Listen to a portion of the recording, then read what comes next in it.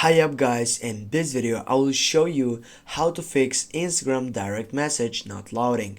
For example, if you scroll on your right side and here are all sites to get up to these direct messages. Now if these messages are not showed or if has not loading session, that means that you need to get off from your site and you need to go on your settings on your phone.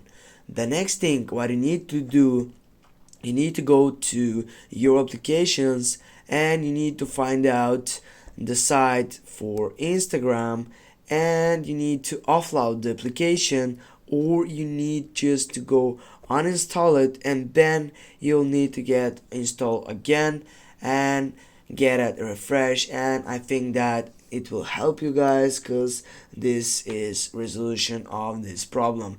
Thanks for watching. Don't forget to hit that like and share the video. See you soon guys.